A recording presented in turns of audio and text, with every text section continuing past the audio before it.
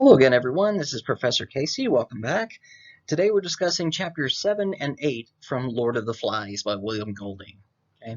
By this point in the story, we are finally getting into some of the major action of the story. Okay, we've built up quite a bit with some of the rising action. We've already had a little bit of exposition in the first couple of chapters, introducing us to everything that's going on. And so now we're really getting to the point of no return in the story. Okay, things are really starting to come to a head, as it were. Okay, so we'll start to kind of see how this all plays out now.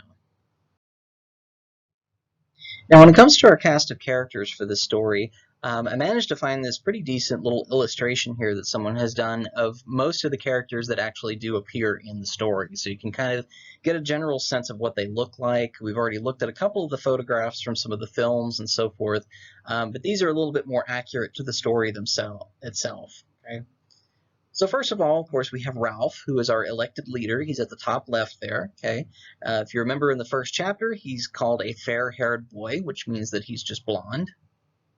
We have Piggy right next to him, right, who's a little bit of a heavy kid, right? He's called the voice of reason in this story. He's the one who tends to come up with most of the good ideas for what happens with the characters. Next to Piggy there, we have Jack. Okay, this is the choir boy uniform that he wore at the very beginning of all this. Okay, it looks like it's a very heavy robe with a frilly collar and a little cap. And on the caption there next to the photograph or the illustration here, it says that he is an ex-head boy. And a head boy is usually an individual who has been in charge of other boys at a school or something along those lines. Okay, so he has been put into a leadership role already. We have Simon at the bottom left here. Okay, he's a nice kid who's kind of shy and so forth. And it's interesting that he's put into the garb of the choir boys here. I'm not sure if the story ever actually says if Simon is one of the choir boys originally or not. If it does, then I perhaps have just overlooked it or something. But he seems to kind of be the odd one out of the group. Right in front of Simon there we have Roger. Okay, remember Roger is one of Jack's closest allies here. He's a bully. He likes to kind of torment some of the younger kids. We have Sam and Eric over on the right-hand side there. Remember, these are the twin boys who were put in charge of the signal fire. And the other three characters that we see in this illustration are ones that we haven't really come across yet. They play very, very minor roles. Okay, so we'll see them from time to time. But again, this is by no means exhaustive, right? There are tons of other kids apparently that are part of this group, but these are the main players that we see. And of course, the thing that we haven't seen yet that is still a major character and becomes even more major over the course of the story, beginning these two chapters, is the Beast. Okay, it's this monster that is kind of this unseen force, this unseen menace on the island that kind of begins to torment these boys more and more. Right? They begin to live more and more in fear of it. All right. So chapter 7 is called Shadows and Tall Trees. Okay, this is again, we're getting into the point now where the chapter titles are becoming a little bit darker the further along we get. We're still in the process of the boys going out in search of the monster. Remember, Sam and Eric were stationed on top of the mountain with the signal fire. They fell asleep. The dead parachutist came out of the jet plane, landed on the island. They lit the fire, saw him, and ran. Okay. And now they're still in the process of going out in search of this beast. Okay, they're kind of combing the entire island now. They're kind of going in the opposite direction, really, here.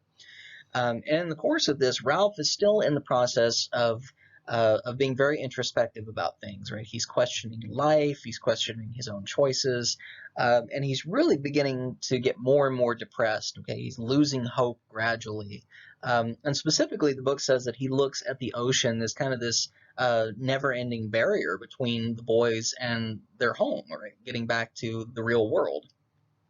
And really, the only person who can kind of brighten his spirits in the midst of all this is Simon. Okay, Simon has kind of been his closest confidant in the midst of all this, his only real helper, even. Piggy has been there to help with a few good ideas from time to time, but Simon has really been the most steadfast friend that Ralph has really had here. Now, in the course of the boys actually, hiking around in the jungle all this time, the group of hunters that are being led by Jack at this point end up finding pig droppings along the way. And Jack thinks that, they haven't found the beast yet, but if they're going to get something done, then let's go ahead and have a hunt. Let's go try to hunt a pig, maybe get a little bit of food, so that way we don't come home empty-handed if nothing else. And in this particular case, Ralph realizes he really has nothing to lose, and he decides he's going to join in with the hunt. Okay, so he actually fashions a spear for himself, right? Sharpens one end of it, and all the boys end up going after this pig. Okay, and in the course of Ralph actually getting involved, he finds himself kind of losing this sense of depression and kind of living in the moment for a change. Okay, he ends up running after the pig. He ends up throwing his spear and nearly hitting it. It's just very exhilarating, and all the boys are kind of taking part in this, almost like it's a game. Okay. And once we get to the end of it, the boys manage to not actually kill a pig this time. Okay, it's it seems like it might be a bit of a letdown in that regard. But Jack does what he begins to do from this point forward in the story. Anytime that he wants to kind of assert his own authority, is he has the boys reenact the hunt. Okay, and this is a very tribal thing to do. A lot of cultures today still do this, of course. Anytime that you have taken part in this type of activity, right? If you go out and hunt something, they basically pick one boy who is going to play the role of the prey, the pig. They put him down on the ground and they chase him around with the spears and pretend like they're running after him and stabbing him and so forth. Okay. The problem in this particular case, though, is that the boys are getting so involved in this, and they're already kind of running on adrenaline so much from this, that they lose sight of the fact that this is actually a game. Okay. And the boy who is chosen to play the role of the pig is a boy who's only mentioned briefly here, a boy named Robert. And he is pushed down on the ground. He's chased around a little bit. And the longer this happens, the more tired he gets, the more aggressive the other boys get. And they realize, or they don't realize in the moment, that they are actually hitting him. Okay? They're striking him with their spears. They're poking him. They're stabbing him. And they're beating him very, very heavily, to the point where he actually has to scream at them to stop. Otherwise, they could potentially kill him here. And this is a strange moment, because it's when the boys are engaged in this sort of bloodlust ritual that they end up losing touch with reality and losing touch with the fact that they come from a quote-unquote civilized world. And again, this is kind of at the very epicenter of what we've talked about so far with regard to this dichotomy of civilization and savagery. Okay. Most of the boys have stayed over onto the civilized side up until this point, and Jack has begun to embrace this tribal, quote-unquote, savage lifestyle so much on the island that he's beginning to influence the other boys to kind of come over to his side as well. And it's not entirely tame, this side, okay? It's prone to violence here. It's prone to some very dark activity, okay? And once Robert actually does manage to make them stop, he says, why don't you use a real pig next time instead of stabbing me, right? He's really angry at them for nearly killing him. Jack actually makes a little quip here that's pretty unsettling in hindsight. He says, well, wait, why don't we just use a little one next time, right? Use one of the little kids. And most of the other boys laugh this off in the moment. They think, oh, well, Jack is just crazy and, whatever, we'll just put up with him. Okay. But in hindsight, most of the other kids are not really, ready to commit to that type of violence. But Jack and perhaps even Roger are capable of doing this at this point. Okay, they've begun to lose touch so much with reality and with the civilized world that they're a little bit too eager to continue this little charade of violence here. Okay, and Ralph in particular has been involved in this as well. Okay, and this is horrifying to him, because now he realizes that he too is capable of losing control. He has been one of the boys involved in stabbing Robert and chasing him around and beating him with a spear and so forth. And he doesn't realize until he kind of has to snap himself out of it that this could be a situation where he might have killed this boy. Okay?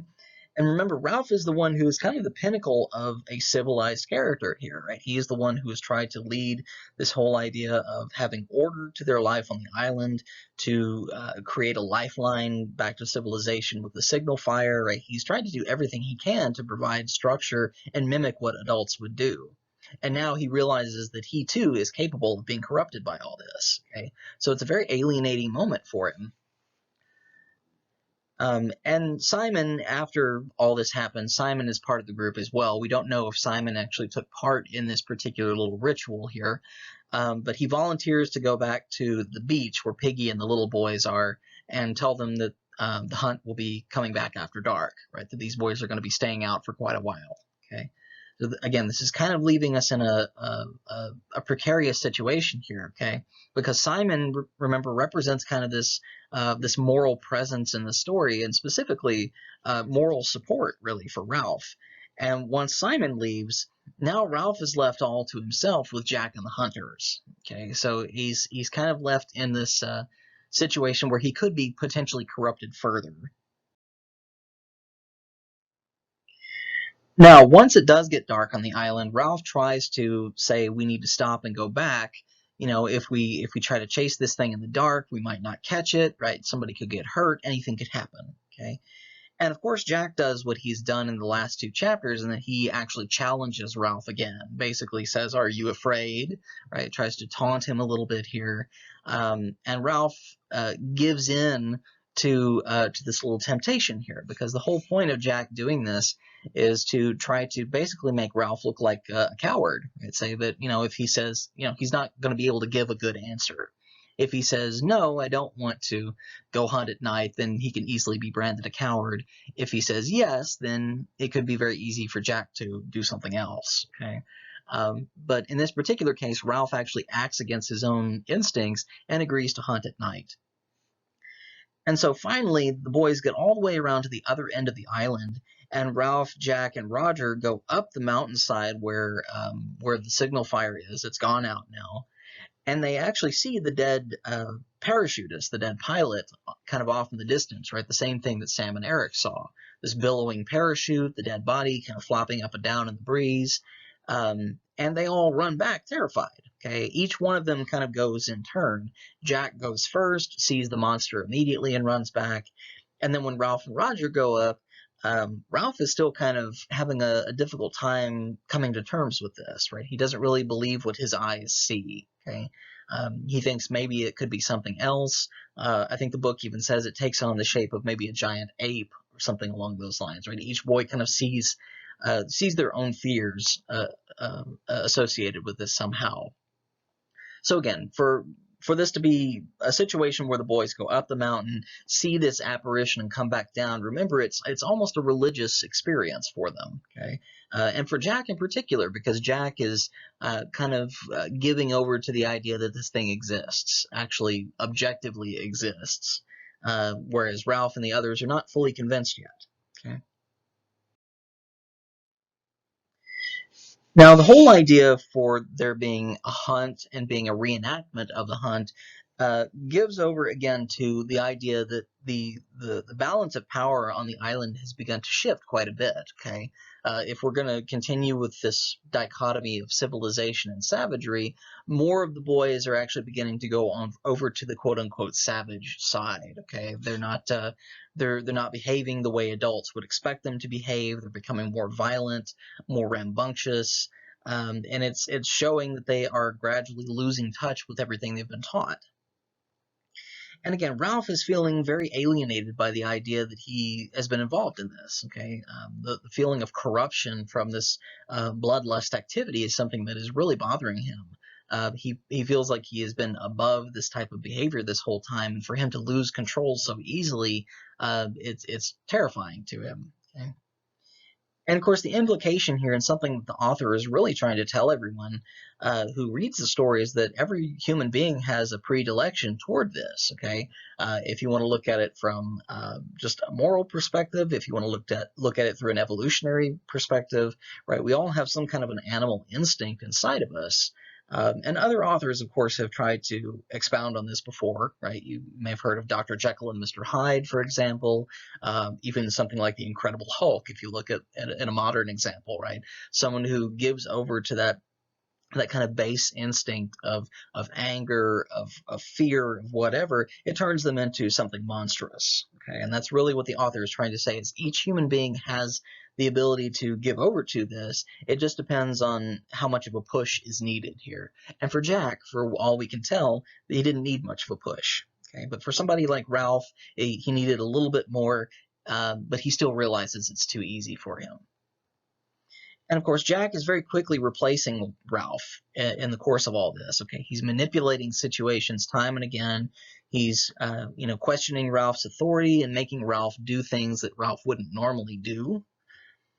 And of course, for a lot of the boys, this culture of violence that Jack is cultivating here is very exciting for them. Okay, many of them, again, have led fairly sheltered lives from what we can imagine. I mean, if they're British school children, as the book suggests, then chances are their parents have provided everything for them their entire lives. Okay, so for them to be in a situation where they can act rowdy, where they can get their hands dirty, where they can actually kill, is something they would never have experienced otherwise.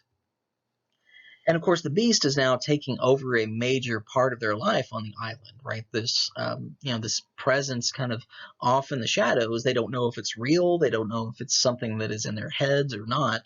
But it's something, again, that is representative of the savage instincts in humanity. Okay, Jack is the one who wants to see the beast more, right? He's the one who is a little bit more obsessed with the idea of it than Ralph is. Okay, Ralph doesn't necessarily see the beast. He sees a shape that he cannot understand, that he can't fully, quantify or something. But the rest of the boys, in varying degrees, give over to this or don't. Okay. Now, Chapter 8 is a point where we could potentially argue is one of the major climaxes of the story, and I'll kind of show you the general trajectory of a story here in a little bit, kind of what I'm talking about there. Chapter 8 has probably got one of the darkest names, Gift for the Darkness. Okay. Once the boys do get back to the beach, Jack tries to stage a coup. Okay, he actually seizes the conch shell from Ralph, tries to blow it like a trumpet, basically take over Ralph's position, and he does it very crudely. He's not able to really make the sound work properly. And he calls Ralph a coward. Okay, tells the other boys that Ralph shouldn't be allowed to lead, that this is something that he believes very strongly. Ralph has not proven himself an effective leader.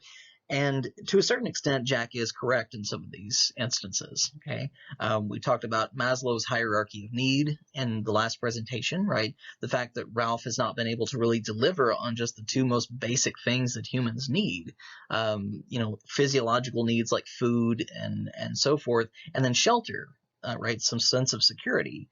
Meanwhile, here we are with Jack, who has managed to provide those two things. Okay, he's taken an aggressive stance toward any kind of monster on the island, and he's been able to provide them with food. Okay, so the other boys, in a very base instinctual way, are beginning to gravitate more toward Jack now. But in the midst of all this, the boys still refuse to vote Ralph out of power. Okay, they still want to keep him in his position. And this, of course, makes Jack very angry. Jack basically says that all of them are cowards, and he says, if anybody decides they want to come join up with me, come on and follow me. Okay? And so Jack has effectively now separated himself from the group and has gone off to begin his own tribe on the other side of the island. Piggy, meanwhile, has been left on the beach with the little boys, and he's completely baffled by the idea that they have seen any kind of monster. Okay, Piggy is the eternal skeptic in this story.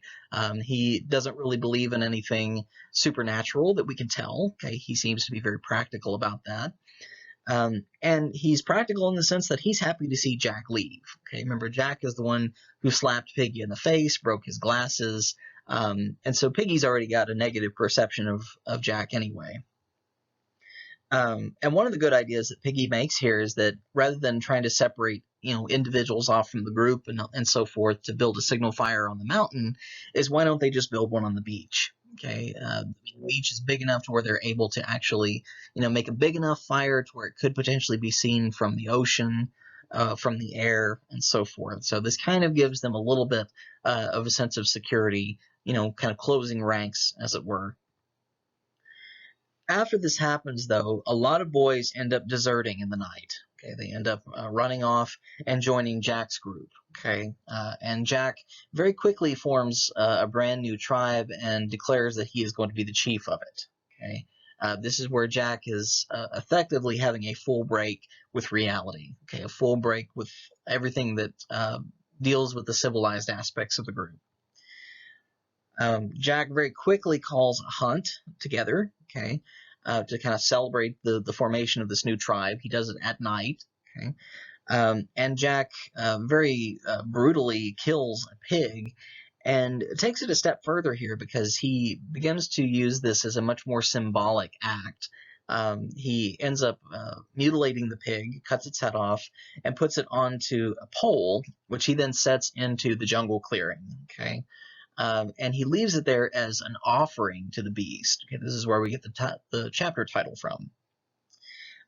Now the beast is taking on this almost godlike presence on the island. Okay, it's some kind of primordial deity of some sort, right? A kind of a tribal monster god, if you like, where these boys are living in fear of it, right? They're giving up these bizarre, almost blasphemous offerings to this thing, while at the same time, right, they're worshiping it as a deity, right? They're living in fear of it, but they're worshiping it at the same time, right? It's kind of becoming like a totem of some sort for them. In the meantime, while all this is happening, after the boys have brought the pig back to Jack's camp, Ralph and Piggy are really two of the only ones who were left behind in their camp. Okay, Simon has gone off on his own to kind of meditate again, to try to get away from everybody. Right, Simon seems to kind of need that to recharge. And while all that's going on, a bunch of deserters from Jack's group have come back to attack their camp, okay, to attack Ralph and Piggy, and they steal firebrands from the fire, and so they can have their own fire. Okay, they don't have Piggy's glasses, remember, so they can't actually build a fire of their own. Plus, it's at night. And in the process of this, not only do the boys, kind of terrorize Ralph and Piggy a little bit, they also randomly invite them back to a feast. Okay? And the boys can eventually they smell the meat of the pig beginning to cook. Right, it's very enticing to them. Right, they kind of don't have the ability to catch anything. Now, when Simon slips away, right, he's already slipped away before all this has happened. He's gone off to his little clearing in the jungle. When he gets there, he realizes that this pig that the boys have killed, that Jack and his hunters have killed, they've left the head of this pig in the middle of this clearing. Okay, and again, going back to a little bit of symbolism here, this is something that a lot of literary critics have looked at as a moment that has some religious imagery involved. Okay. Simon's clearing is almost like a hallowed ground of some sort. Okay, it's something like a temple, a sacred space of some kind where Simon can kind of go and release whatever tension he has. Right, he can just kind of be by himself, be with nature, and enjoy himself. And now this pig's head in the middle of all this, which has now been left to rot for a while. It's covered in flies. It's disgusting. Has kind of sullied this area. Right, it's like it's something blasphemous, right? It's something that has degraded this area for Simon, right? It's an invasion of his privacy. And when he encounters this thing, he's entirely enraptured by it, right? It's so bizarre, so grotesque, that the very next thing that happens is something that's still unclear, okay? And the reader is kind of left open to interpret this for themselves, okay? The pig appears to open its mouth and actually speak to Simon, okay? And it identifies itself as the Lord of the Flies, okay? And if you recall from our very first discussion over this, the term Lord of the Flies is actually a biblical nickname for the devil. Okay? So this could be, again, something that's very heavily religiously oriented, right? You could make that argument. But this thing, whether it actually opens its mouth and speaks to him, or whether he's just having this bizarre vision or hallucination or revelation of some kind, Simon hears this thing tell him that it is a presence that exists in all humans, okay? That it is some kind of a dark tendency that humans have to give over to something evil, or to something savage, something base, something animal-like, however you want to interpret it. And it says that it is going to, quote, have some fun with him, with Simon. And remember, Simon is the one in the story who seems to be the only incorruptible kid, okay? And so for him to have a vision of something this horrible is pretty out of the ordinary, okay? So, take from what you will, if you want to look at this as an actual supernatural encounter that Simon is having with the devil, or if this is just something that's all in his head and he is suddenly having this grand epiphany about human beings. Again, it's kind of up in the air. Some people have tried to argue, again, for some kind of heavy religious imagery, that Simon somehow represents a parallel to Christ being in the Garden of Gethsemane, encountering the devil, before crucifixion and all this. There's all kinds of different interpretations that go with this. So you can look that up if you'd like. You can research it further. But regardless, this is a very traumatic experience for Simon, one way or the other. Okay? And he ends up completely going into a dead faint here, out of sheer terror, if nothing else. Okay? So again, this is an introduction of the actual title, finally, right? We're over halfway through the book now, and now we finally get a little bit of an understanding about it. Okay, we've been building up to this point.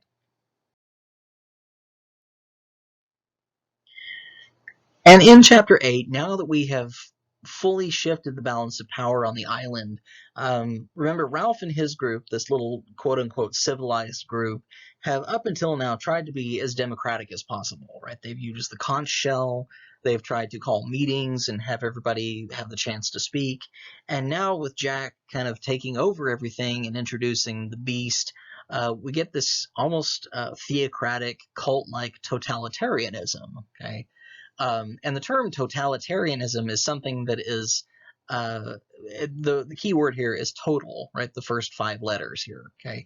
Totalitarianism is what we saw in something like Adolf Hitler or Joseph Stalin, right? You have a dictator who is really lording things over people. He's, killing indiscriminately, right? There's all kinds of horrible things attached to it. Occasionally, religion is attached to totalitarianism, okay? We still see it in some parts of the world today, or at least a belief system of some sort, okay? And so for Jack to introduce the idea of a monster, okay, remember, Jack is kind of acting as the chief of the group here, and to a certain extent, he's also acting almost like a priest, right? He's the one who is the lifeline between his followers and the monster itself, okay? And so now Jack is very firmly in charge of most of the boys. Okay, Ralph and Piggy seem to kind of be the only 2 left behind, perhaps with 1 or 2 of the little kids. And Ralph and Piggy really are the outsiders now. Okay, remember, they were the ones who were kind of in charge of everything, and Jack was the outsider, but everything has completely flipped on its head now. Okay.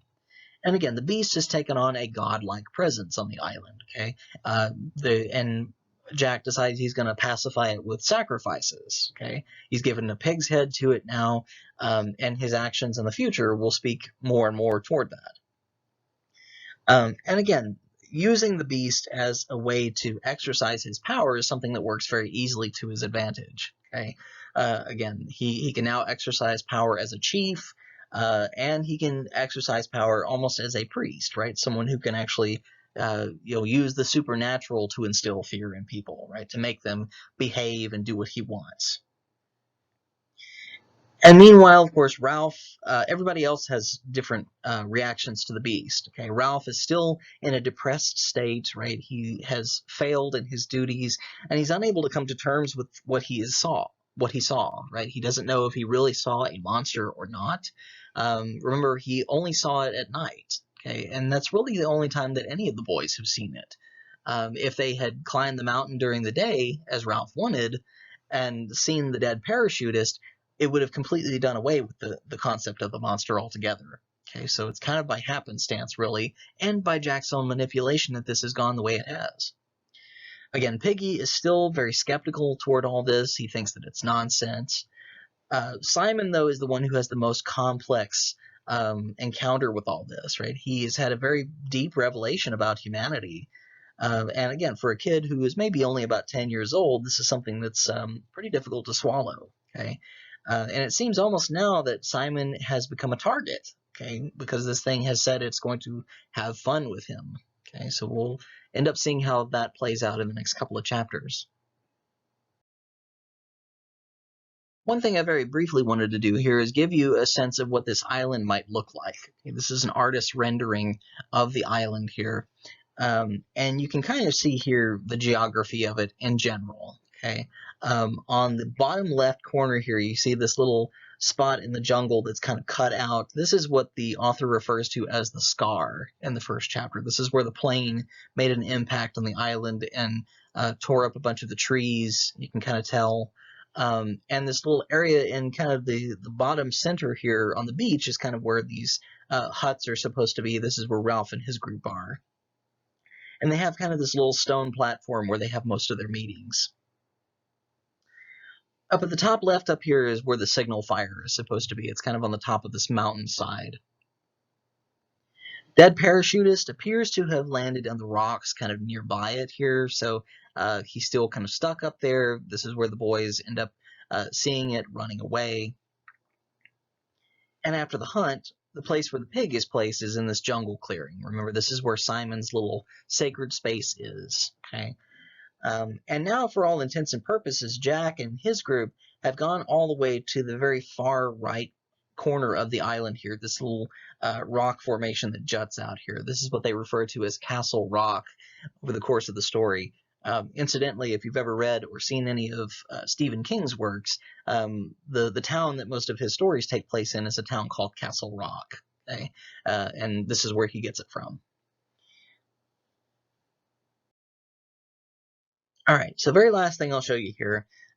Since we've talked a little bit about plot, trajectory, and how all this ends up playing out in some stories, I wanted to give you a visual for some of this, just to kind of show you where we are in the story and how this ends up playing out in the long term.